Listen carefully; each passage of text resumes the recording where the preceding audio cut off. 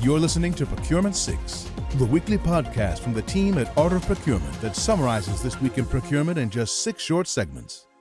Hi there, my name is Helen Mackenzie and today is Friday, May 3rd, 2024. 6. From the fantastic response rate to a recent AOP survey on services procurement, many of our podcast listeners are buying this category. The largest input cost for services is typically labour, so in an environment where wages continue to rise, the most effective expense management approach is to reduce the cost to serve. Understandably, the primary concern of business stakeholders in reducing costs of services is that the quality of the service provided will suffer. Goodbye A-team and hello C-team, or worse. Of course, it doesn't have to be like that. Value analysis and value engineering, let's call them VA and VE for short, are methodologies that have been used for decades to improve the efficiency of manufacturing processes. And over time, these concepts have been adapted and applied to a range of other circumstances, including professional services. A VA-VE workshop brings together a cross-functional team across the buyer and provider organisations to analyse how a service has been scoped and how it's been delivered. Now, both parties collaborate to identify opportunities for cost reduction while maintaining or improving quality and outputs.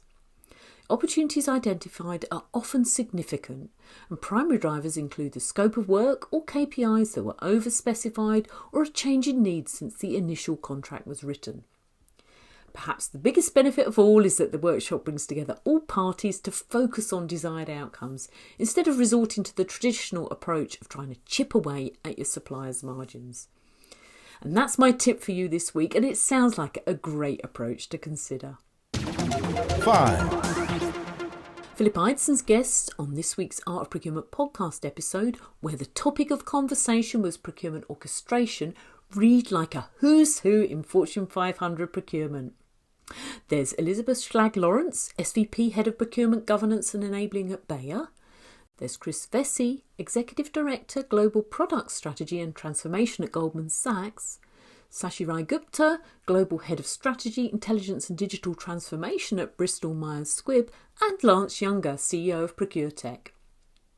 In the extract I've chosen for you today, Chris Vesey explains how his team at Goldman Sachs navigated the early stages of orchestration by generating support from the rest of the business. Let's take a listen. And as you start to pitch the idea of procurement orchestration internally, what are some of the ways that you have been kind of selling this idea as you start to get internal buy-in for going on a journey yourself?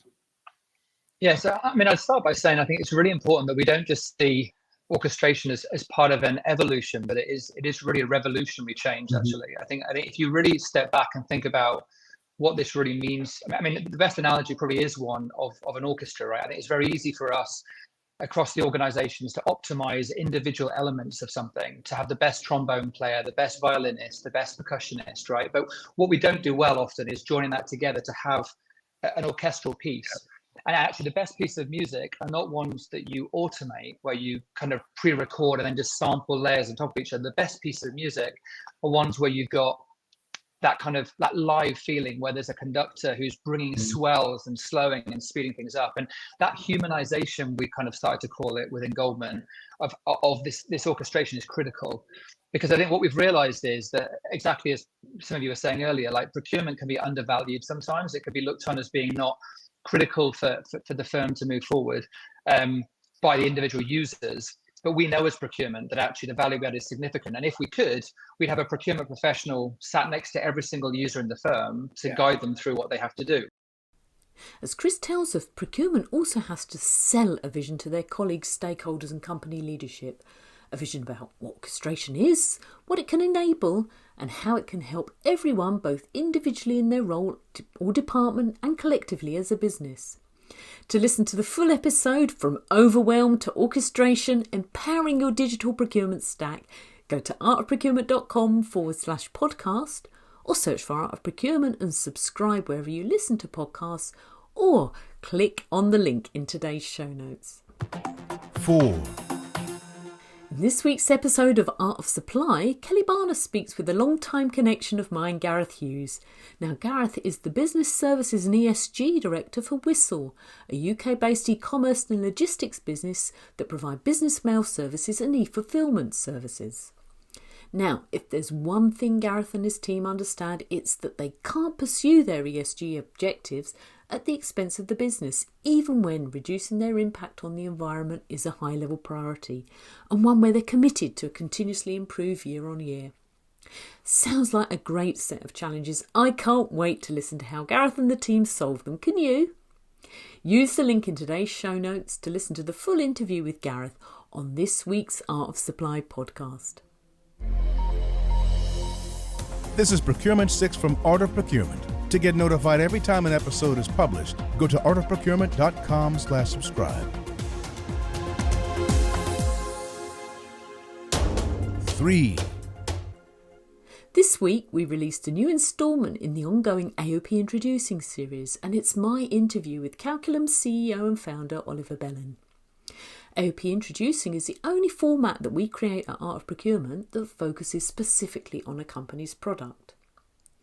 In AOP Introducing, Oliver and I talked about how Calculum's platform supports collaboration between procurement and finance teams, why it doesn't require complex IT integration, and how it leverages the power of AI and data to improve payment terms and provide significant value to the business. Check out my full interview with Oliver by using the link in today's show notes. 2. Is it possible to grow food from thin air? Surely not. Sounds like something that's contrary to the laws of physics. But growing food out of thin air might not be as far-fetched as it sounds. I read this week in Positive News about a new factory that's opened in Finland promising to do just that. The food is a new planet-friendly protein soline. It's grown out of a mighty microorganism using carbon dioxide and electricity. The result is something that makes its founders describe it in the article as a bountiful harvest born out of thin air. Soline's already received a novel food regulatory approval in Singapore, so it's a product that's getting ready to scale. Protein can be grown anywhere as long as there's energy, reports the company. Removed from the demands of traditional agriculture, Soline could even be grown in outer space. Wow! Now that's what I call 10xing the impact. 1.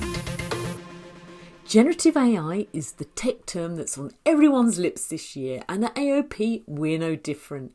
We've got a webinar lined up for May 14th at 10 a.m. Eastern, where Accenture's Sushil Srinivasan, long-time AOP friend Chris Sawchuk from the Hackett Group, and Pascal Ben-Susan, Ivalia's Chief Product Officer, will answer questions live, and they're going to be talking about what procurement should be doing today to prepare for a future that includes generative AI. So register now to join us on May 14th and to make sure you receive a link to access the on-demand recording after the event. Thanks for listening. We'll be back next Friday at 6 a.m. U.S. Eastern Time. If you've enjoyed this pod, help us grow and tell your peers to search for Procurement 6 wherever they get their podcasts.